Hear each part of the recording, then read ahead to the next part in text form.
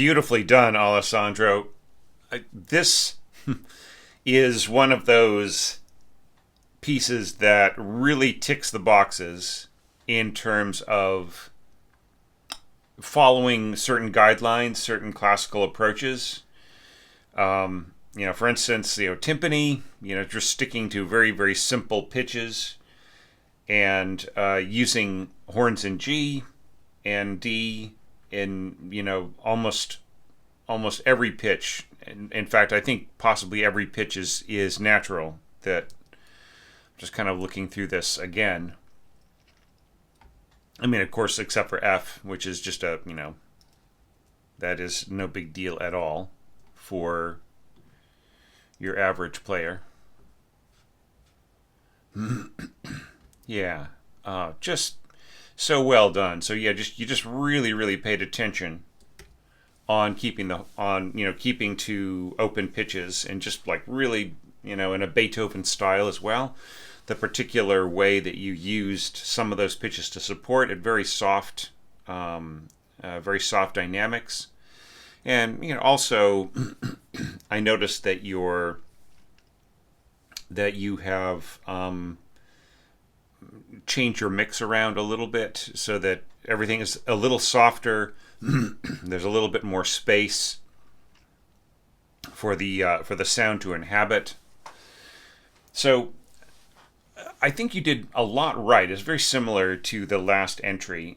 So once again, I'm going to be focusing really more on, like what you did right and why, and what I really liked about this, with a few caveats here and there, a few little things I think that, you could think about. So, first of all, intro setting mood effectively. So in our last entry, we heard Eduardo start with like a big, very Mendelssohn-like horn chorale. Then here you're starting with this is more like Brahms, right? Like how he liked to use clarinets and bassoons, also in chorale type intros. So yeah, so there's a kind of a Brahmsian feel here, and then just the use of the like this pedal C here in your G horn, and the use of the horns in D, which is just there's such a neat, horns in D are such a very cool sound, and the way that you use them for the dominant and for other pitches, the 5 of 5. Right. So yeah, and then the violas climbing up to inhabit this as you let go of your D horns. Just so many things done right here. Yeah. So I like the slurring here. I think that it's very nicely conscious, and I also like the way that you let go of the slur here in the melody in the first clarinet. Ba da da. So yeah, I think you could split to two separate voices by right here, right? If second clarinet is intended to just be not slurred, right? It's not very clear from the way that this is scored, right? But everything else, I think, works really well. I like the little bit of a swell here. I like the slower tempo. Really, really nice. So does it set the mood effectively? Absolutely, especially considering stylistically where you go, right? So here we're starting off, in octaves with violas and firsts. So if we're thinking forward to the natural transition to octaves, that's like not a concern because you already kind of start in octaves, right? Even though things change around a little bit here, we still have the G horn and the clarinets coming in and so on. So it really helps to moderate any kind of inconsistency with the melody note dropping off because it goes to the second and so on. All right. So does the melody start with elegance? All right. So that's the next question. So I've been telling people to to think of going up bow, then down, then up, and then down again, right? Now, you've got a different approach here, like pushing into the downbeat, right? Same thing here. And then slurring across the middle of the bar. And then slurring, over from the pickup and so on. So you really skate close to what I would say is confusing, Alessandro. But I will give you a pass on it because I think that in this one instance, it works, right? Or not the only instance, but you don't make it into this horrible habit that you're constantly slurring across the pickup. You just kind of do it here, da da da da da da, and with the way that you've scored everything else, and especially with like these offbeats here in the horns, I think that it works really nicely, and also here, right, in the cello. So I will give you a pass on that. I'm not going to say it's right or wrong, right? There's no need to go.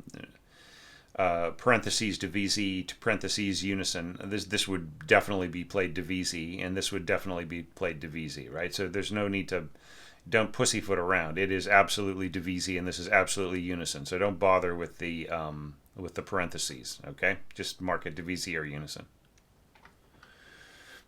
Okay, so elegance we've established. Is there a natural flow to the accompaniment? Yes, there is, and it's just really nicely done with this. This little figure in here going between first violin and violas, right? It's just very, very well done.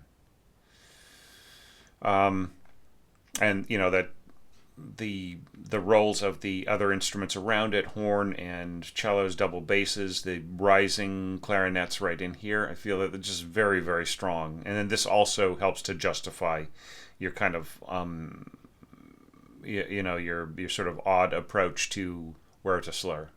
This is nice. And like these octaves right in here, very, very beautifully stated. Yeah. And just, the the way that the clarinets and the bassoons are working together here. And then these wonderful held G's over the descending melody. Really just very, very much using your ear and your sense of taste and your sense of period and everything else. I feel that this is extremely strong. So, do you expand without clogging up? You expand beautifully. You open up rather than clogging up. And, of course, we'd already talked about the natural transition to octaves. Right. So now, here's a new section, the Leggermente section, right? So the three issues that I have here is, does this contrast with your thematic instrument? Is there a contrast between the lines? And do you need harmonic support? Okay, so you supply harmonic support here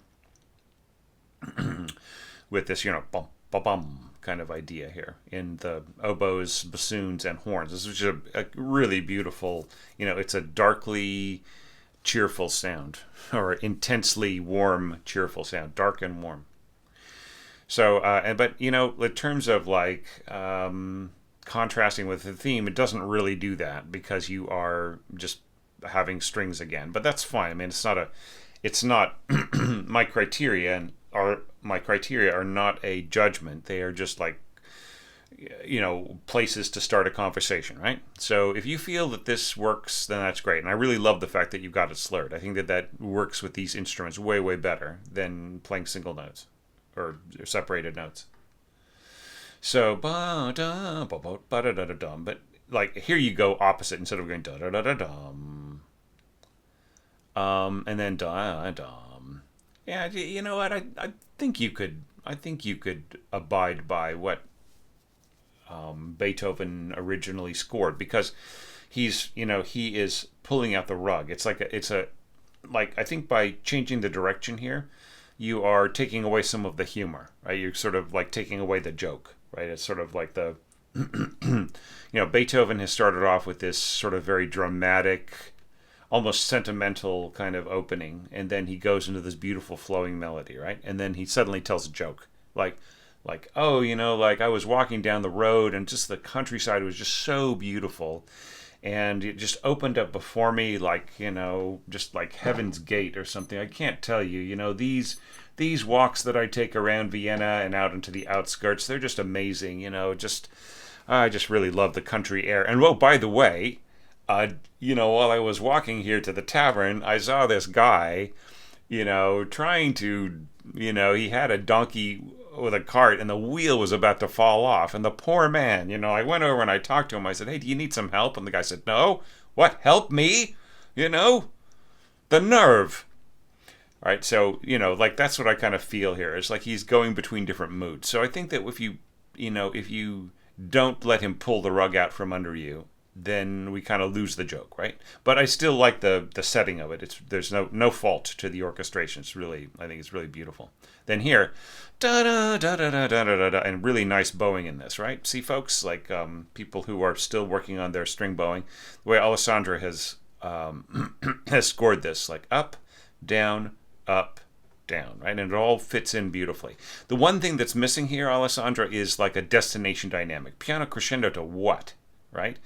Maybe by this fourth bar, we could tell everybody that we are going to mezzo forte or forte, right? Just really give them something that they can go subito out of, right? Da da da da da da da da da da. Right. And I'd like to break a slur. If you're going to go crescendo and then subito, it's really a lot easier on the player. So I would just break the slur here. And you could also just give the first player like a more definite downbeat here. They don't have to slur across it, or you could just leave it the way it is. It's perfectly fine. But it's kind of nice to have it, just to punch to kick the downbeat a little bit here in the slurring. Works good.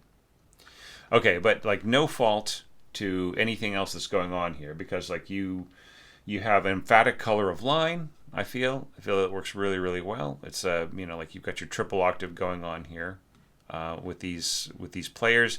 You have a highly individualized flute line right here. The player will play out, right? You may lose a little bit of color here going down to the C sharp without any support. It might get absorbed a little bit by the strings, but coming out of it with the other players will help a little bit, right? And you don't really have a you continue on with the same texture but piano subito, and that's perfectly fine, And then what I really like is how you hold off to here, and then you just kind of go between different groups, right? You are dropping the strings and then going to horns and double reeds with a little bit of timpani, and I think that works really, really nicely. And I really like this portato right in here. You should put the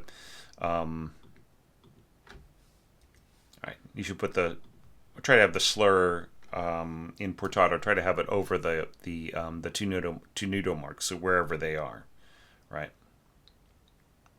Yeah, and this all works really great, and especially bringing in the flute here towards the end. So nicely done. So yeah, first page, basically covering my A section as I have delineated it. Sorry. Now let's go to the B section. I've got to change it on my other screen too. Oops. Okay, so so my question here was like, is there a fresh new color? Do you have a complementary timbre right in here?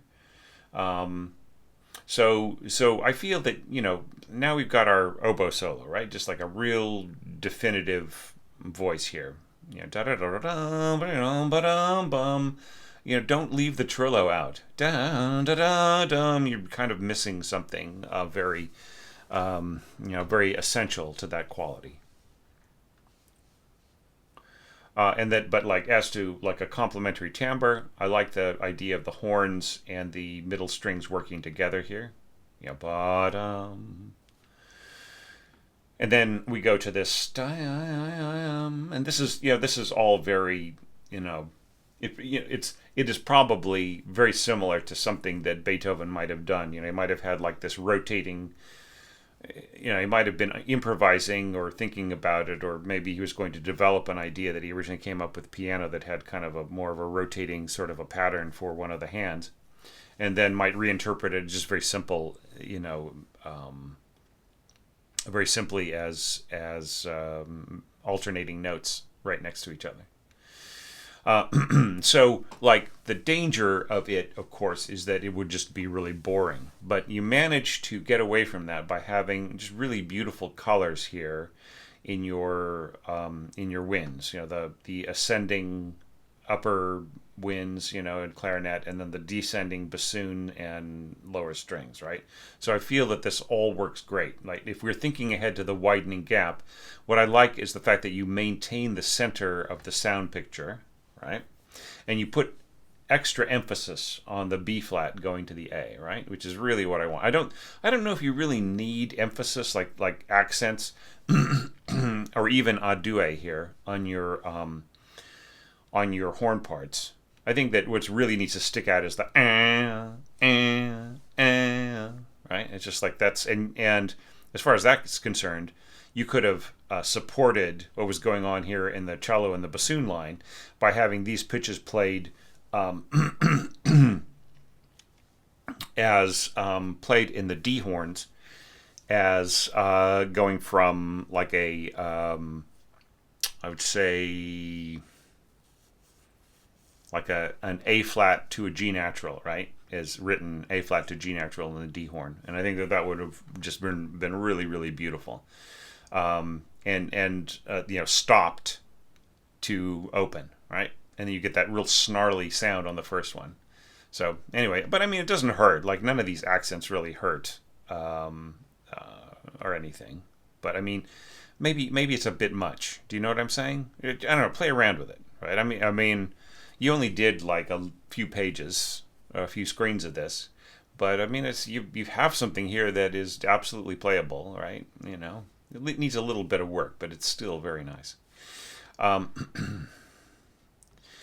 So yeah, so I really like all of this right in here. You know, the way that you work around this. You know, you've got this bum ba bum bum ba bum bum ba ba da da, and you have da da da da da da da, and you've got this. You keep up the excitement on these repeated notes in the seconds, right? So it's a really great way of keeping the energy going right here, keeping it frenetic. All right. Well and good, and you also have these repeated repeated E thirds here in your violas. Yeah, da da da da da da da da da. So I think that you're keeping things going. Yeah, my only issue here is I just feel like, do you need a due clarinets? I was just mentioning this before in the previous evaluation, just how, you know, a due clarinets that are exposed like this, you really can hear the phasing in the sound, right? You can hear the slight separation of pitches that are slightly detuned from one another, right? Do you know what I'm saying? So it's sort of like the you know, like the opening of Tchaikovsky's Fifth, right? So for instance, that's an example of, you know, unison clarinets. So yeah, sorry if I keep repeating that. I'll try to find a different example. But yeah, so just watch out for that. You know, if you had this played by first clarinet and you had this as a due oboes, I think you would get a better sound, right? You get a more trumpet-like sound, which would go along with these blasting horns better, right? So everything else I like a lot, especially the bassoons right in here. I think this is really wonderfully done. And then leading to this ba ba da da. Right, and then this is nice. So this is really an energetic. So I think it's totally playable, and I think that the interaction between the sections is very cool, and it's a good thing that it doesn't go on for longer than 3 bars, because I just think that, like, after a while it just would be kind of annoying to play, right? But I think that just for the amount of time that it inhabits this score, it is perfect amount of time, right? And then everybody coming in, see, so this is nicely, like, the dramatic expansion actually, like, happens very quickly, and then you have this drop down and then push again, so that it all works really good because you have increased the size and the scope of your sound picture, And then when you drop out again, you're able to come right back in again because like everything is sort of set up where it is before, right? In the strong section before, and then you get another crescendo out of it. And I think that's also very much in keeping with a Beethoven kind of a style. Yeah, just like really, there's a lot of period touches to this. Yeah, and then this massive massive unison here, or this tutti, sorry, not unison. This big tutti here at the end is fairly nicely proportioned. I really like it a lot. Okay, so now we get to the C section. All right. And we just have one more screen here.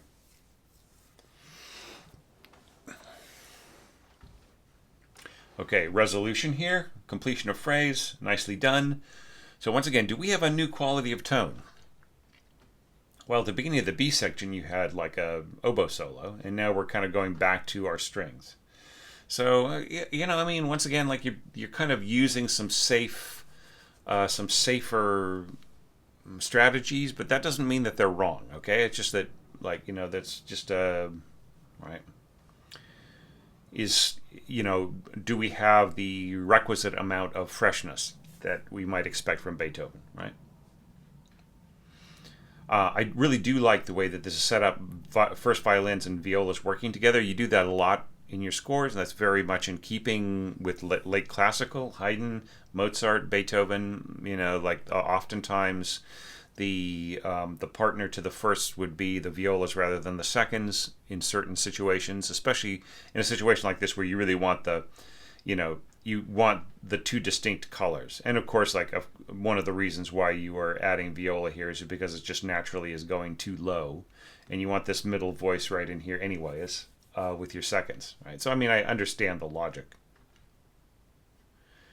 But yeah, this is nice. The cellos, it's just really beautifully scored, and then the bowing is pretty well done as well. You could make it simpler just by having bowing by the beam group, right? But I think that your solution here also works pretty well. And then of course adding a bit of clarinet and then stacking oboes and of course this high D up here. This all works really good, and then just naturally leading here. Question is, do you really want this so subito, right? There's there's some issues here in terms of you can notice some things in the mock-up that are going to be a problem in real life, right? So here you add an accent and a tenuto, right? So it's very, very full and loud all the way through. And then suddenly, the concert hall is going to be, since the tenuto, the force of the tenuto lasts all the way to the end of the very, very end of the note value, right?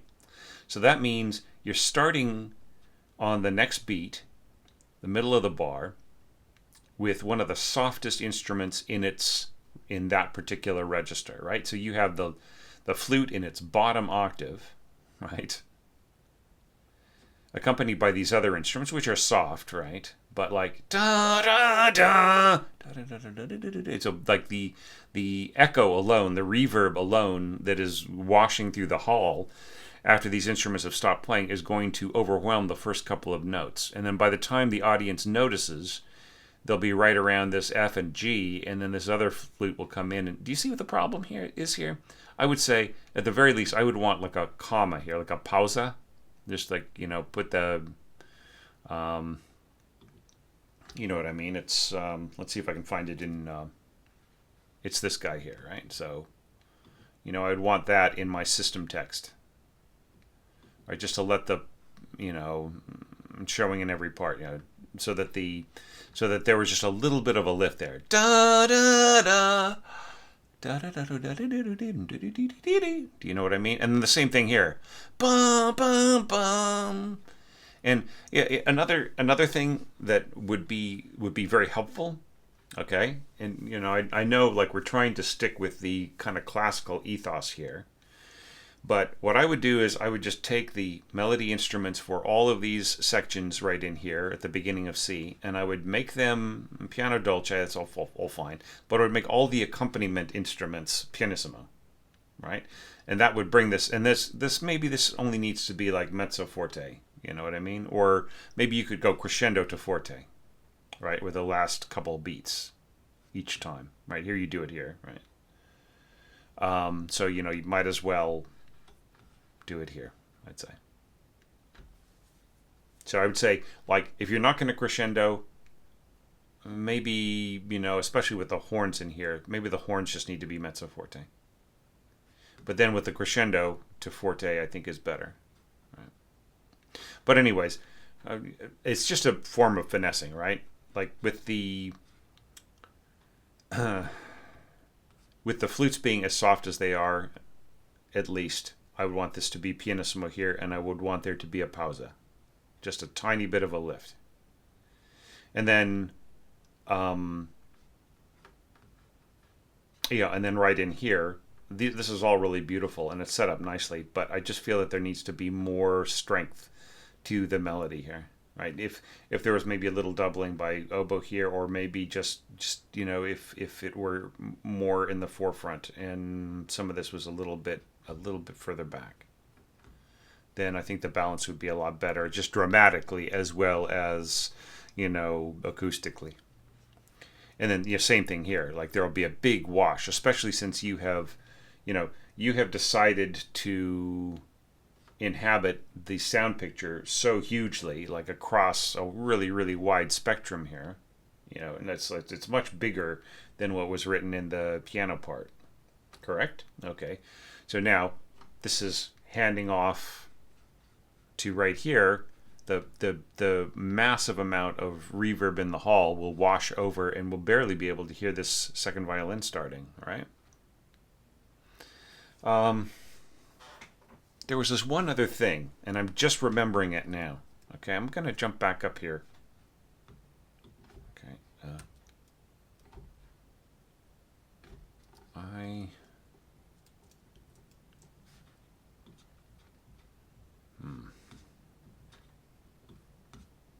Okay, I think I'm...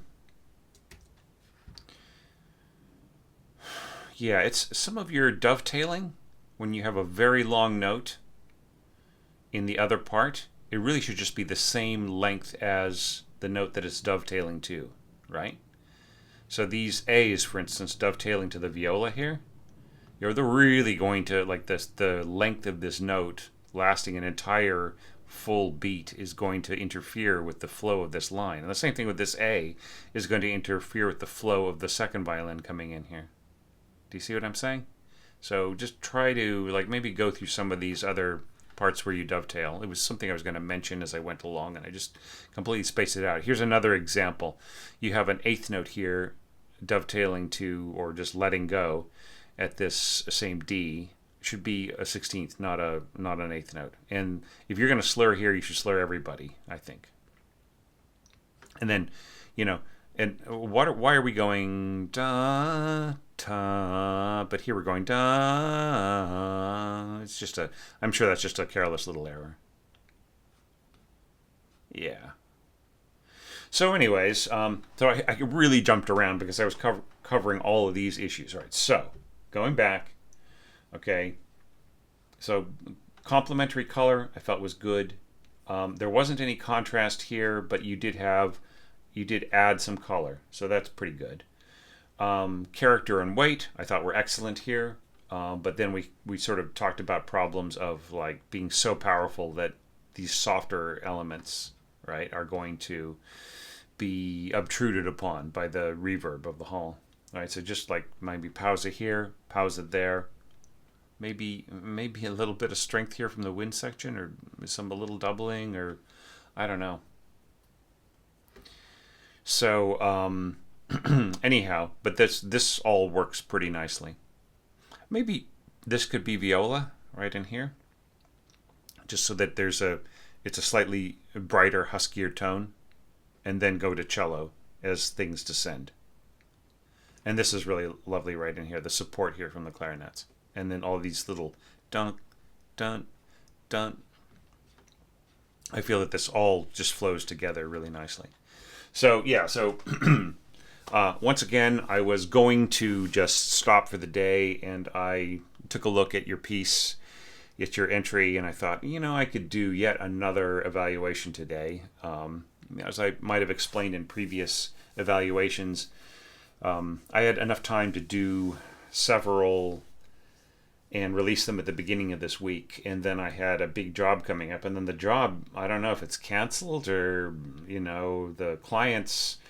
The problem is I've got 3 clients in a row, right? I've got the people at the top who are paying the money, and then I've got the manager in the middle who is organizing the event, and then I've got the music director who is my friend, right? Who got me the gig, and he's like, he's just the most awesome guy. And I'm not going to mention anything beyond that, except for this event is top notch, and it's one of the biggest things that is possibly going to happen this year.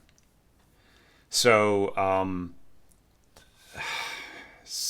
yeah. And it's just one song, right? I mean, I'm ready to do it. I was practically had it half scored in my head and was ready, sat down to do it, and I got a message from the client in the middle. I was saying that the client at the top still hadn't worked things out. So that means that I have time to continue to do these and to keep these at releasing it at a day schedule. And I wish that I could just do that, because if that were the situation, then I'd have everything wrapped up in about a month and a half. I don't know if I'm going to have the moxie to do that, though, and I don't know if my health is going to keep going with the treatments that I've got. So everybody, just cross your fingers for me, and let's hope that these keep going at this pace, and that, it was certainly, there's no problem with the excitement. I am as excited when I see a score that is this polished as when I see a score that, that maybe needs more help, but has so much imagination and so much raw talent. I have not seen a single dud in any of these entries, not just in this round, but in all of my all of my challenges. Going back to the first one, everybody has always given me their best, and I am just amazed by that. Like,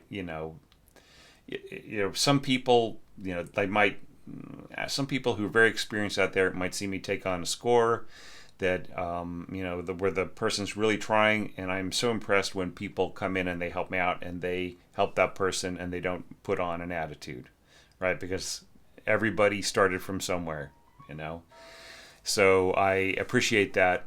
So keep the comments coming, keep the talent going. Wow, I so wish that I could say join me next year for the next one. I can't say that yet. But anyway, great work, Alessandro. I'm really happy with this, and I'm really happy that I stuck around for one more score today. And, let's just see if I can keep these going despite everything. All right? Thanks, everybody, and I'll see you hopefully tomorrow for the next release.